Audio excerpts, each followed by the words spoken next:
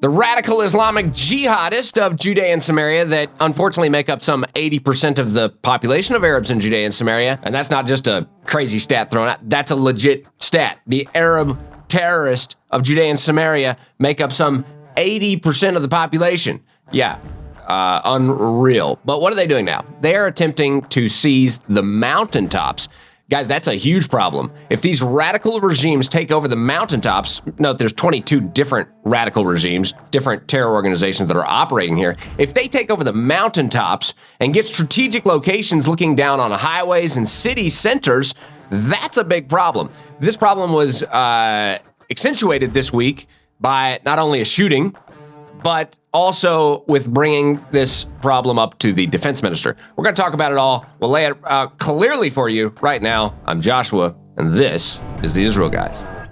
Welcome back to the Israel Guys, where we believe that in a world of anti-Israel propaganda and Jew hatred, you should have a direct connection to the land and people of Israel. First off, happy 4th to all you Americans, and for all those that seem like you're still fighting a war of independence. No.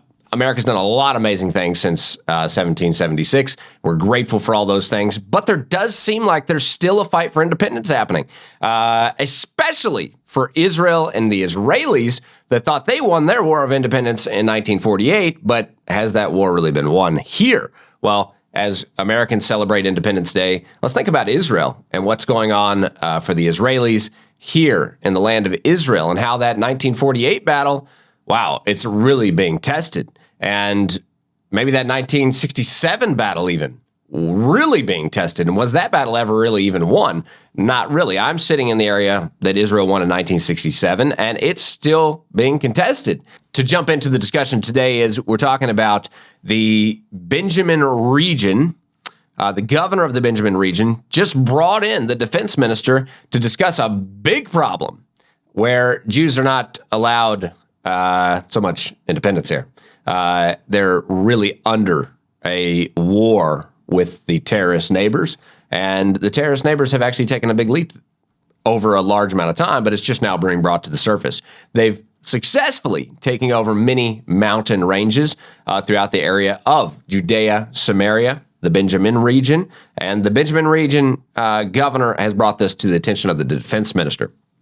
He wrote a letter this week, got the letter to the defense minister. The defense minister actually showed up. Here's a picture of them together as they look over maps and show details of what's actually happening here in the Judea and Samaria region. So the Benjamin governor says this: large residential and infrastructure construction projects are being built on the ridges that dominate the connections between Highway 60 and Highway 465. That's a problem when these radical Islamists following their Fayyad plan. We've spoken about that before. If you haven't heard of this Fayyad plan, go back and check that out on some of our previous shows. A plan to take over strategic locations of Judea and Samaria in order to create a terror state and to attack Jews. This is a critical part of that. Holding high grounds, looking down on main Israeli infrastructure. Now, the governor continues, they're acting strategically and calculatedly to enclose the settlements, control major roadways, and create significant Arab continuity. This strategic side of this Arab plan to take over areas of Judea and Samaria being noted by the governor. He continued, once this partition plan is completed, remember we got this partition plans. The whole Middle East is full of partition plans, but this is yet another one that most people aren't aware of. The Arabs are actually petitioning off lands, Israeli state lands, in order to cut Jews off from this area of their ancient homeland. I'll quote the governor. Once this partition plan is completed, the Arabs will have territorial continuity from Jerusalem to the Ariel region. It's a very large block here, guys. This is a dangerous continuum that the state of Israel cannot allow. I would agree with the Yoav Galant, the governor of the Benjamin region, that this is something that Israel cannot allow. There's over 500,000 Israelis now living in the area of Judea and Samaria, and these highways, these regions must be protected. 22 terrorist organizations cannot be allowed to run rampant here with the idea of destroying the Jewish population and ridding the region of Jews. That just should not be allowed. The governor warned as he was with the defense minister, and I'll quote, Judea, Samaria, and the Benjamin regions are security areas for the state of Israel.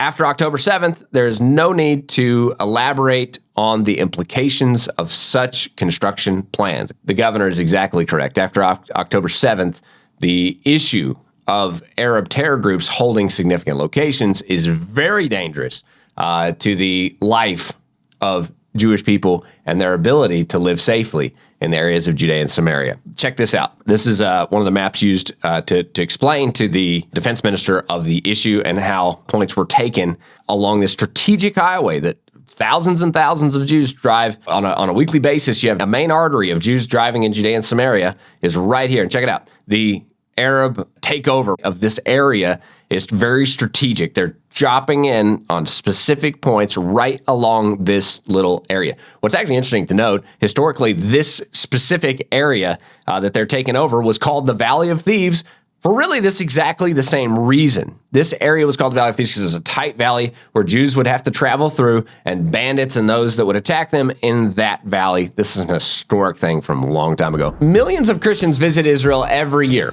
But do you know how many of them actually come to Judea and Samaria? Hardly any. Unfortunately, they're missing out on the place where more than 80% of the Bible was either written or took place. You can't go anywhere in Israel's biblical heartland and not be in the middle of a biblical site.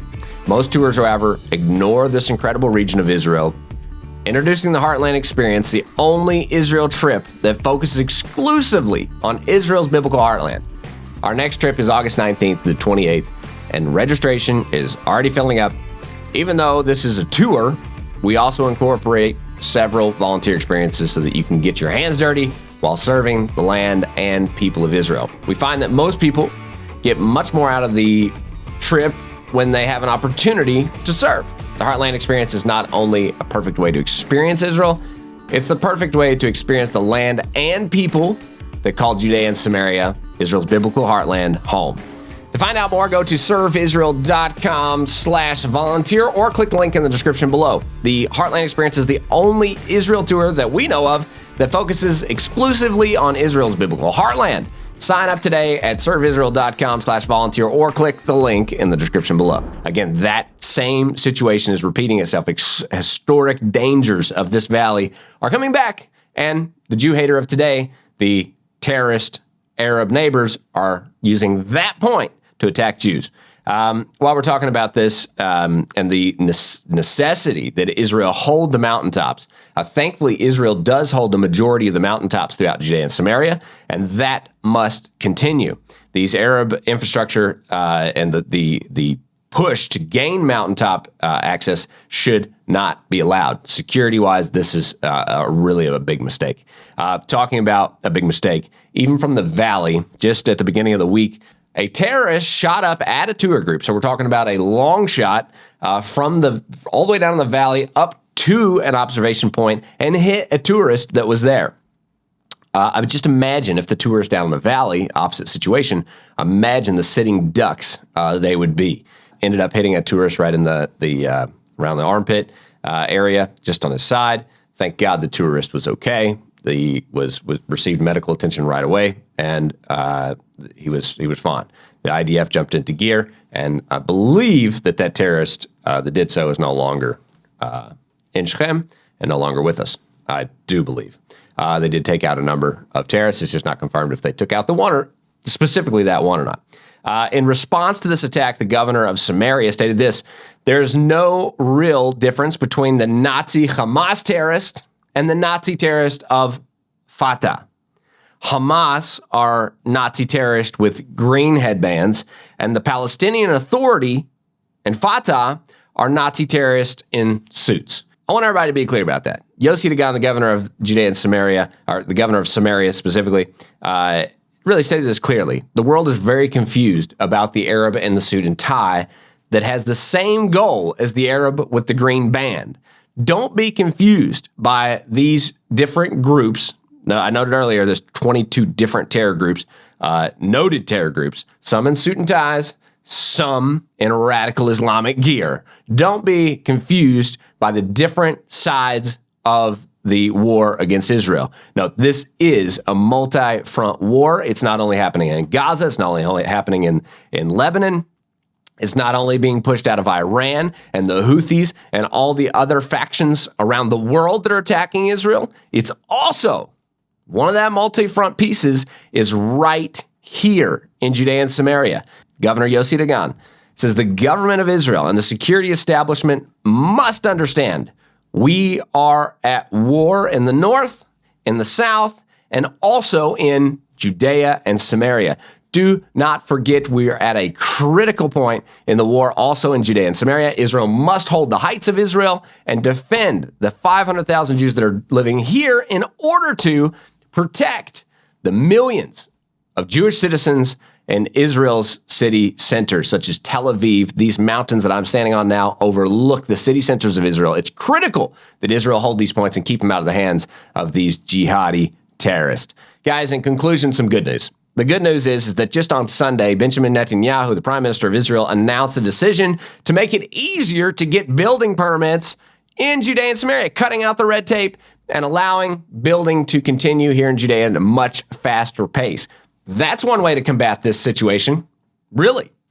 Allow Jewish people to expand and grow in the area of Judea and Samaria, cutting off the illegal Arab building and allow legal Jewish construction of Jewish communities all throughout Judea and Samaria. Don't listen to the garbage that says it's illegal. Guys, there's no such thing in Israel as illegal settlement here. No. The settlements, the so-called settlements, the communities of Israel are a legal part of Israel. They're citizens of Israel.